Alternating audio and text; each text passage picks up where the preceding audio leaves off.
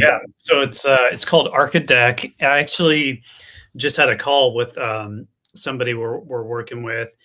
And speaking of, at the start of the newsletter here today, you talked about working with people in the non-CTPF capacity. Well, this is a guy who clicked on the resale link. I had met with him.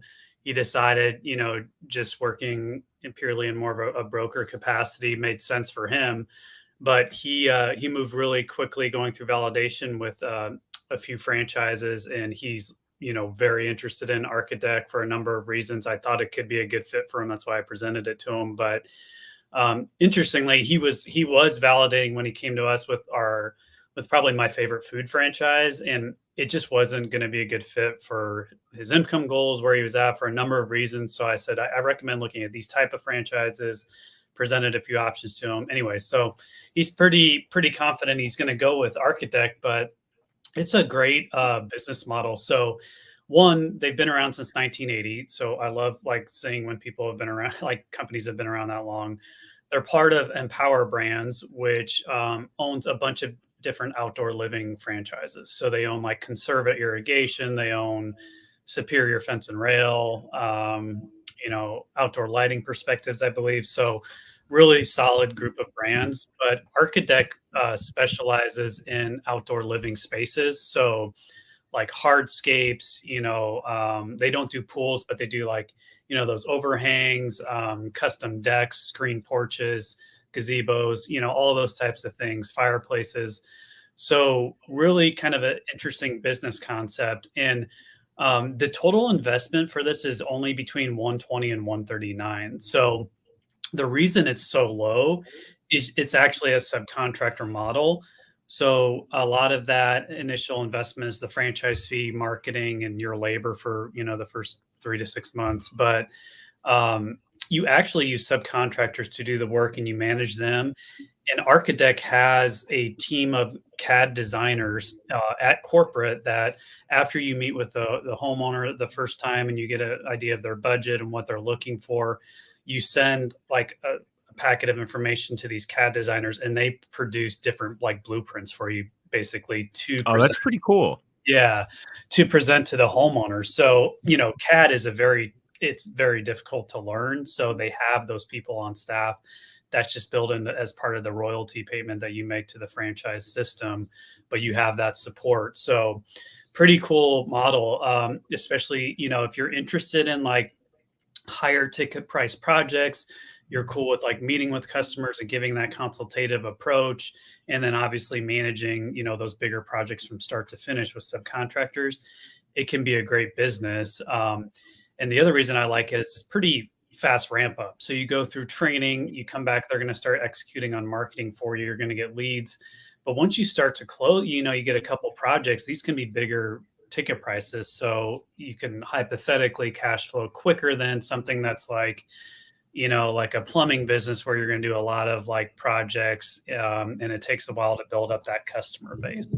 So that was one of the reasons I really like this for the guy I'm working with now, is just because of the fast ramp up. That's something he was looking for. Oh, nice. Yeah, that's definitely not going to happen with anything food related. Oh no, I said it's going to be a year before you even open your doors. So, I mean, it's just not, at this point in his life, just wasn't the right fit. Not to say he couldn't do that down the road, but at this point, definitely there were other opportunities that were, far better. And this is one of them. But, if you look at the FDD, I'm going to just look at that middle section, the single territory franchisees. So the top third are doing an average of 2.98 million, it looks like, in sales. The middle third are doing 1.16, and the bottom third around 560,000. So, pretty strong numbers in my opinion. Yeah, I can't really talk about like net percentages, but from what I've learned, they can be pretty good. So, you don't have a lot of people on payroll for this because you're using subs. So I think your margins are pretty good in this business. Yeah, what's interesting to me is that I think this is one of those businesses where you can literally just kind of build in and price your margin, basically. Like whenever you're doing a job where you're kind of bidding a specific price, you like once you lock in and you know what your cost of goods is, and then estimate what your labor cost is going to be with your subs, I mean, you can just build in a margin. So, I mean, if you're trying to hit a 25% net margin, I mean, I would imagine you'd probably want to target a little bit higher just in case it goes over with labor or something like that. And I think that's what's cool about this sort of business. I know my buddy who owns a bunch of budget blinds, he talks a lot about margin and not being the cheapest, and that, basically they know their numbers so well, they price everything for margin. Hmm.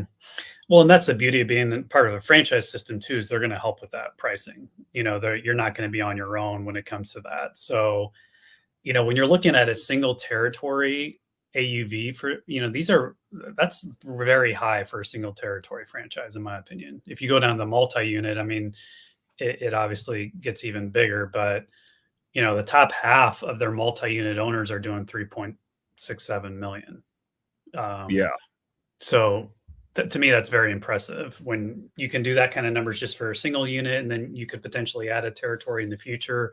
The other thing you could do is you could add another one of their outdoor living brands in their portfolio, to complement it. So there's a lot of ways to grow in this one.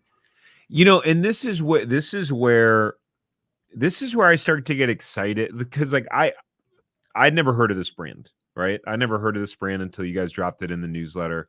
And this is where I get excited in the sense about what we do and helping to educate people and avoid making a bad decision, because like there could be someone watching right now where they're thinking, I want to own a food franchise and put out $400,000 or $500,000 or $600,000 to get this brick and mortar up and running, where, not that people don't make money in it, but I mean, you're talking about, okay, you get a brick and mortar franchise up and running, depending upon what the average sales are, it depends, but the financial opportunity is just so much greater. You're talking about a total investment of less than 150 grand, It's wild. Yeah.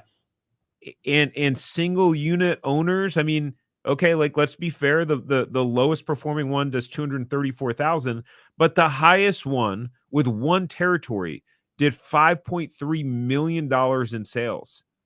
And the median is 1.15. The average in this group, out of 27 franchisees, the average is 1.5 on less than $150,000 investment. Yeah. That's crazy.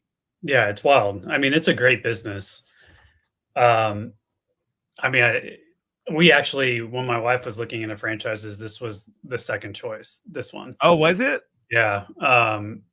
The issue was we live in like the south half of the city, and that whole market was taken. And so we were kind of bummed about that.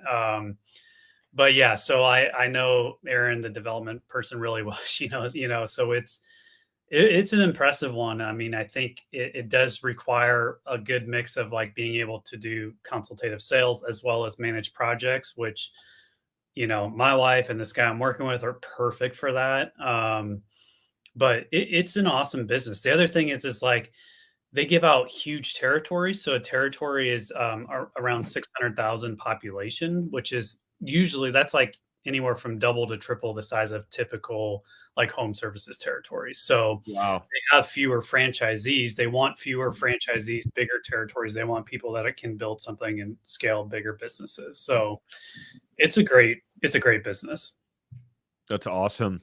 All right, y'all. Well, after we didn't even hit on some of this, but some of it we pretty much. But real quick, let's see. As Kevin's going to go over that in just a second, but if you want to see if this franchise is available in your territory, because as Kevin just mentioned, the territory him and Amanda wanted was not available.